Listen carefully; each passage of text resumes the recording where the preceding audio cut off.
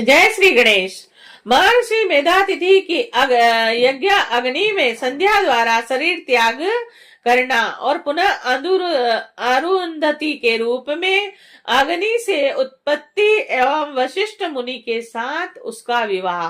ब्रह्मा जी बोले, इस प्रकार भगवान सदाशिव जब संध्या को वर प्रदान कर अंतर ध्यान हो गए, तब संध्या वहां गई और जहां महर्षि मेधातिथि थे, वहां पर भगवान सदाशिव की कृपा से उसे किसी ने नहीं देखा और उसने उस समय तपस्या के विषय में उपदेश करने वाले उन ब्रह्मचारी का स्मरण किया। हे महामुने, हे ब्रह्मचारी वशिष्ठ मुनि ही थे, जो ब्रह्मा जी की आज्ञा से ब्रह्मचारी का रूप धारण कर संध्या को तपस्या के संबंध में उपदेश करने आए थे। और तपस्या का उपदेश करने वाले उन्हीं ब्रह्मचारी ब्रह्मा वशिष्ठ का पति रूप से स्मरण करके वह ब्रह्मपुत्री संध्या प्रसन्न मन से सदाशिव की कृपा से मुनियों द्वारा अलक्षित हो उस महायज्ञ की प्रज्वलित अग्नि में प्रवेश कर गई। उसके समस्त शरीर पुरोडाक्ष के समान तक्षण ही जलकर राख हो गया और जिससे लक्षित रूप से पुरोडाक्ष का गंध चारों ओर फैल गया और पुनः सदाशिव की आज्ञा से अग्नि ने उसके शुद्ध शरीर को भस्म कर सूर्य मंडल में प्रविष्ट कर दिया। तदंतर सूर्य ने उसके शरीर को दो भागों में विभक्त कर पितरों एवं देवताओं की प्रसन्नता के लिए अपने रथ में स्थापित कर लिया। और हे मुनीश्वर, उसके शरीर का जो ऊपर का भाग था वही रात्रि था तथा दिन के बीच में होने वाली प्रातः संध्या हुई। जो उसके शरीर का शेष भाग था वही दिन था। रात्रि के बीच में होने वाली साय संध्या हुई, जो सदैव ही पितरों की प्रसन्नता का कारण होती है।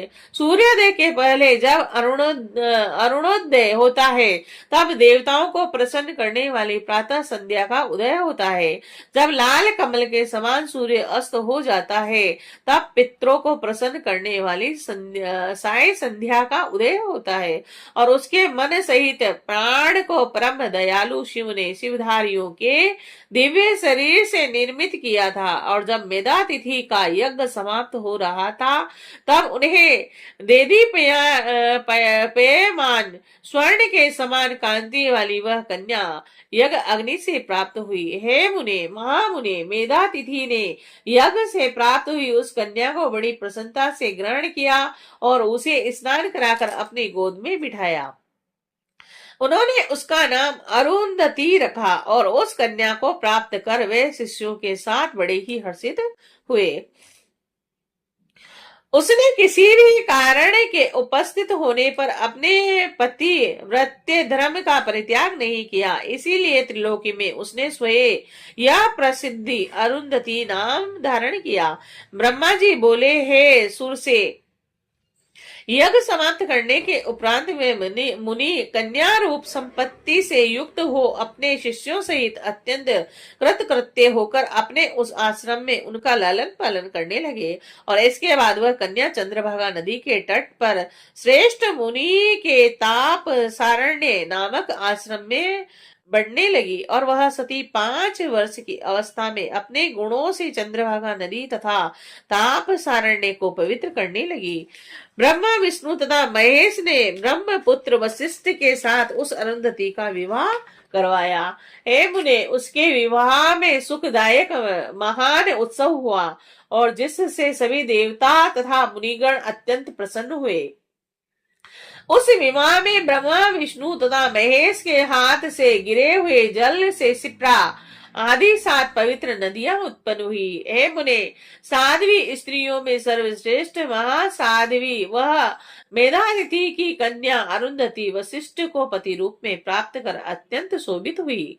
हे मुनि श्रेष्ठ, उससे शक्ति आदि श्रेष्ठ तथा सुंदर पुत्र उत्पन्न हुए और इस प्रकार वशिष्ठ को पति रूप में प्राप्त कर वह शोभा पाने लगी। हे मुनि सप्तम, इस प्रकार मैंने संध्या का चरित्र कहा, जो अत्यंत पवित्र, दिव्य तथा संपूर्ण कामनाओं को फल देने वाला है। जो शुभ व्रत वाला पुरुष अथवा नारी इस चरित्र को सुनता है, उसके सभी मनोरथ पूर्ण हो जाते हैं और इसमें संदेह नहीं है। श्री शिवाय नमस्तुभ्यम।